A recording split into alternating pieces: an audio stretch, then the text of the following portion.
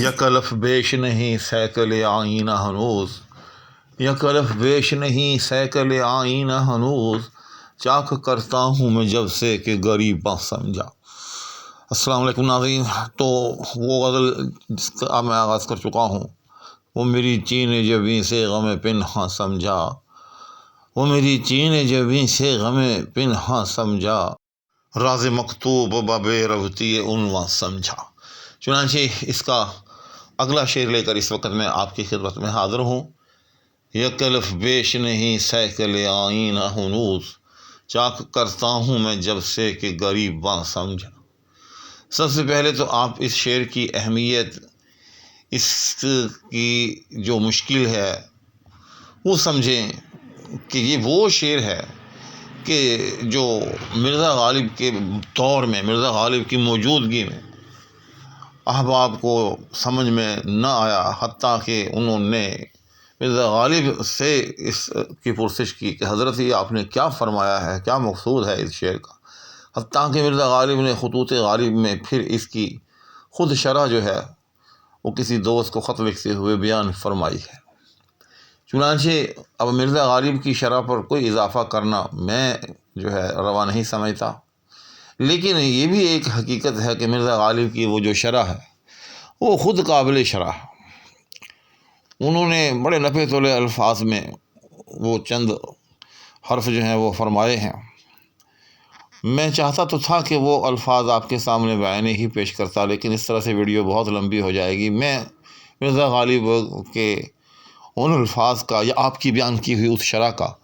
قدر اختصار کے ساتھ خلاصہ جو ہے وہ آپ کی خدمت میں پیش کروں گا۔ چنانچہ سب سے پہلے تو مشکل الفاظ کے معانی کہ یک الف بیش نہیں، بلکہ یہ جو معانی ہیں جو میں بیان کرنے جا رہا ہوں یہ انہی مرزا غالب کے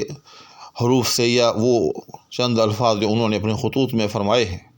یہ انہی سے ماخوذ ہیں، لہذا اب میں بار بار اس بات کا حوالہ نہیں دوں۔ چنانچہ یک الف بیش نہیں، مرزا غالب خود لکھتے ہیں کہ یہاں آئینے سے مراد فولادی آئینہ ہے۔ یہ عام جو مجلہ آئینے ہوتے ہیں جو ریت اور مٹی سے بنائے گئے ہوتے ہیں، اس سے مراد وہ آئینہ نہیں ہے۔ یہ میں بات پہلے بھی کہیں بیان کر چکا ہوں، لیکن چونکہ اب شعر میں مقرر یہ چیز آ گئی ہے اور شعر کا سارا دار و مدار اسی پر ہے، اس لیے اب اس کو دوبارہ بھی آپ کے سامنے بیان کرنے جا رہا ہوں۔ تو آئینے کی جیسے میں عرض کر رہا ہوں کہ دو قسمیں ہوتی ہیں، ایک وہ آئینہ جو کہ ریت اور مٹی اور اس قسم کی دیگر چیزوں کو ملا کر بنایا جاتا ہے، یہ بڑا مجلہ ہوتا ہے جس میں ہم اپنا منہ دیکھتے ہیں شب و روز۔ تو آپ اس پر جتنا مرضی کوئی چیز ماریں رگڑیں تو اس پر جو ہے کوئی خراش وراش نہیں آتی، ٹوٹ جائے گا اگر آپ زیادہ کوئی چیز جو ہے وہ دباؤ کے ساتھ اس پر لگائیں گے، کوئی لکیر وکیر مارنے کی کوشش کریں گے۔ جبکہ دوسرا آئینہ جو ہوتا ہے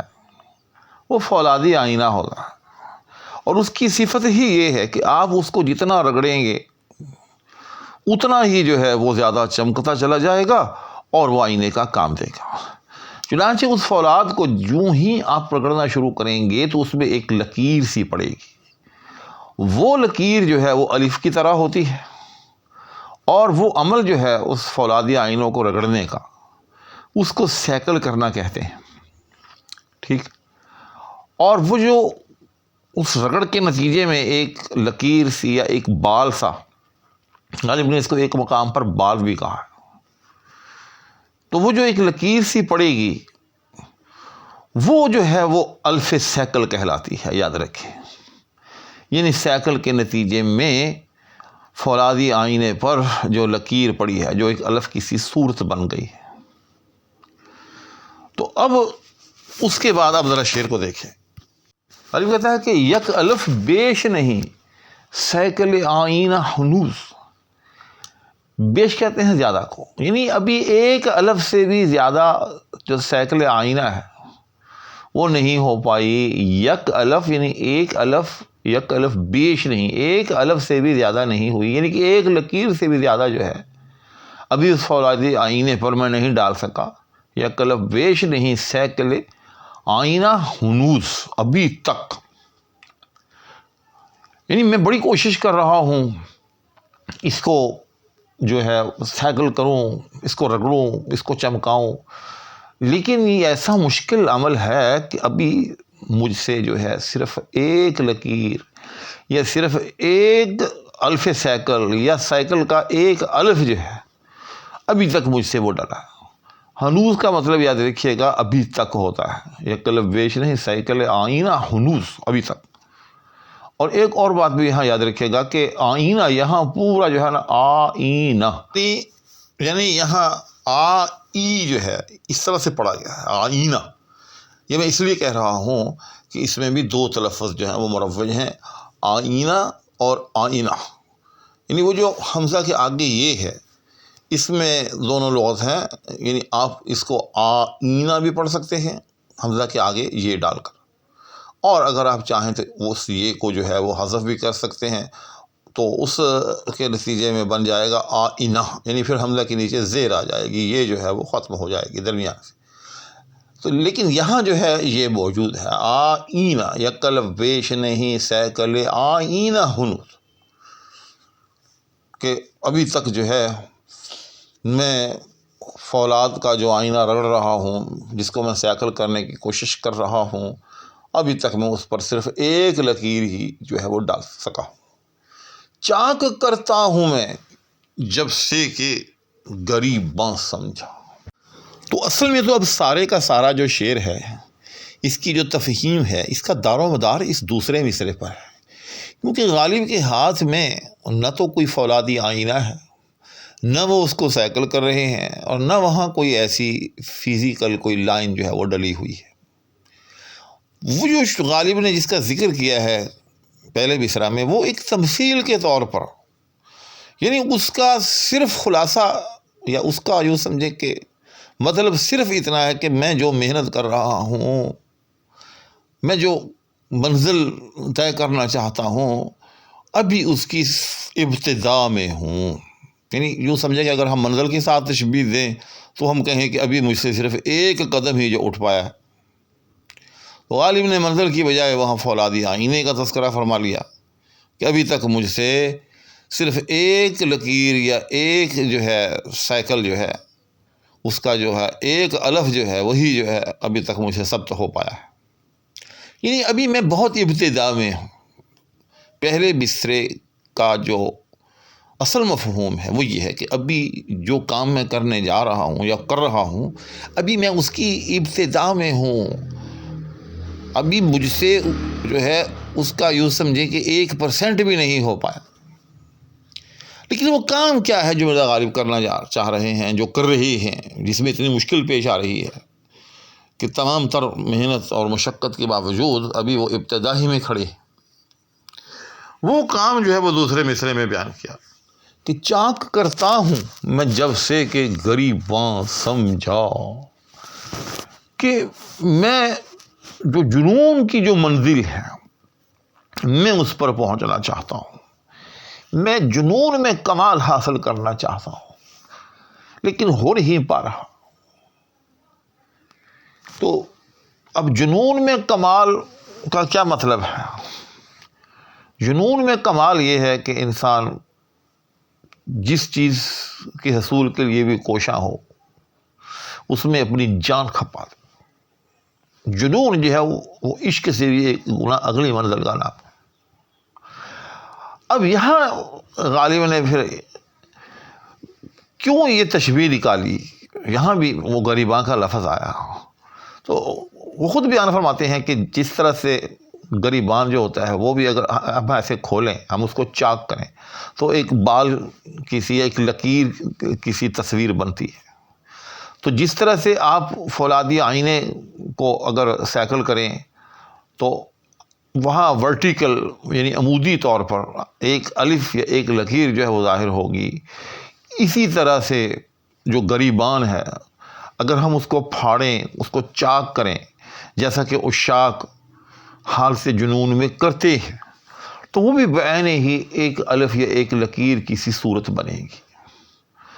تو یہ وہ مشابہت ہے، یعنی یہ یوں سمجھے کہ یہ شعر جو ہے پہلے مصرعے سے دوسرے مصرعے کی طرف نہیں جا رہا، بلکہ یہ دوسرے مصرعے سے پہلے مصرعے کی طرف آ رہا ہے، کہ اصل میں غالب جو ہے وہ حالت جنون میں جو ہے وہ کمال حاصل کرنا چاہتے ہیں، اور حالت جنون میں کمال کا تقاضا کیا ہے کہ انسان جو ہے وہ اپنا گریباں پھاڑ دے۔ لیکن دوسری طرف صورتحال یہ ہے کہ وہ گریباں جو ہے جس طرح سے غالب جو ہے وہ پھاڑنا چاہتے ہیں، یہ حالت جنون میں کمال کا جو تقاضا ہے اس طرح سے وہ غالب سے گریباں پھٹ نہیں پا رہا، حتیٰ کہ وہ اس کی ابتدا ہی میں ہے۔ یک الف بیش نہیں سیکل آئینہ ہنوز، یعنی جس طرح سے کوئی انسان اگر فولادی آئینے کو سیکل کرنا چاہے اور وہ صرف ایک ہی لکیر اس میں ڈال پایا ہو، ویسے ہی اسی طرح مرزا غالب جو ہے وہ حالت جنون میں کمال حاصل کرنے کے در پہ ہے، اور ابھی ایک ہی بار جو ہے وہ گریباں کو پھاڑ پائے۔ تو یہ ہے وہ اصل میں اس شعر کا کمال اور اس شعر کی جو گہرائی اور گہرائی۔ لیکن ابھی ایک بات میں سمجھتا ہوں باقی ہے کہ دوسرے مصرعے کی جو عبارت ہے اس کا مفہوم کیا ہے، یہ کیسے زبان و بیان کے اعتبار سے یہ منطبق ہوتی ہے پہلے مصرعے کے ساتھ۔ تو اس کا حوال کچھ یوں ہے کہ چاک کرتا ہوں میں جب سے کہ غریب وقت سمجھا، کہ اس فولادی آئینے کو میں جب سے ایک گریباں سمجھ رہا ہوں، جب سے یا میں گریباں سمجھ کر اس کو چاک کرنے کے درپے ہوا ہوں، اس وقت سے لے کر اب تک مجھ سے یک الف بیش نہیں سیکل آئینہ ہنوز، مجھ سے صرف ایک ہی جو ہے لکیر اس میں ڈل پائی ہے۔ تو اس طرح سے غالب نے بڑی خوبصورتی کے ساتھ اور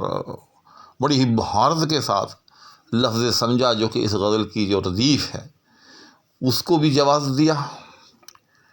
اس کو بھی درست جو ہے انداز میں استعمال کیا، اور اس کے ساتھ ساتھ جو قافیہ تھا وہ بھی زبردست طریقے سے جو ہے وہ وہاں پہنچایا، اور ایک بڑا ہی لافانی قسم کا شعر جو ہے وہ ہو گیا۔ یہ شعر جو ہے غالب کے ان اشعار میں سے ہے، جیسا کہ میں نے ویڈیو کے شروع میں عرض کیا تھا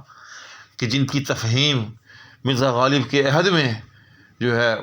وہ کما حقہ نہیں ہو پا رہی تھی، حتیٰ کہ وہ لوگ جو تھے جو مرزا غالب کے ساتھ تھے، یا اس زمانے کے اندر جو لوگ اہل زبان یا صاحب زبان تھے وہ تو بہت قابل لوگ تھے، ان کے لیے یہ شعر سمجھنے میں مشکل پیش آئی ہے، اور انہوں نے مرزا غالب سے اس کا استفسار فرمایا، اور مرزا غالب نے خود جو ہے اپنے خطوط میں اس کی تشریح جو ہے وہ رقم فرمائی۔ اب میں کہاں تک اس تشریح کو اب تک پہنچانے میں کامیاب ہوا ہوں، یہ میں اپنے منہ میاں مٹھو بالکل نہیں بنوں گا، یہ آپ خود سمجھ سکتے ہیں، اور مجھے 100 میں سے کتنے نمبر دیتے ہیں میں اس کا کمنٹس میں انتظار کروں گا، اور پلیز کمنٹ میں مثبت انداز میں اگر آپ کوئی میری حوصلہ افزائی کرنا چاہیں تو ضرور کر دیا کیجیے۔ اس کے ساتھ ساتھ ویڈیو کو شیئر بھی کر دیا کریں، تاکہ آگے سے آگے یہ چراغ سے چراغ جو ہے وہ جلتا رہے۔ تو انشاءاللہ اگلی نشست میں اگلی ویڈیو کے ساتھ میں پھر حاضری دوں گا، اس وقت کے لیے دعاؤں کی درخواست کے ہمراہ، اور آپ کے لیے ڈھیروں دعاؤں کے ساتھ اجازت چاہوں گا۔ اپنا خیال رکھیے گا، اللہ حافظ۔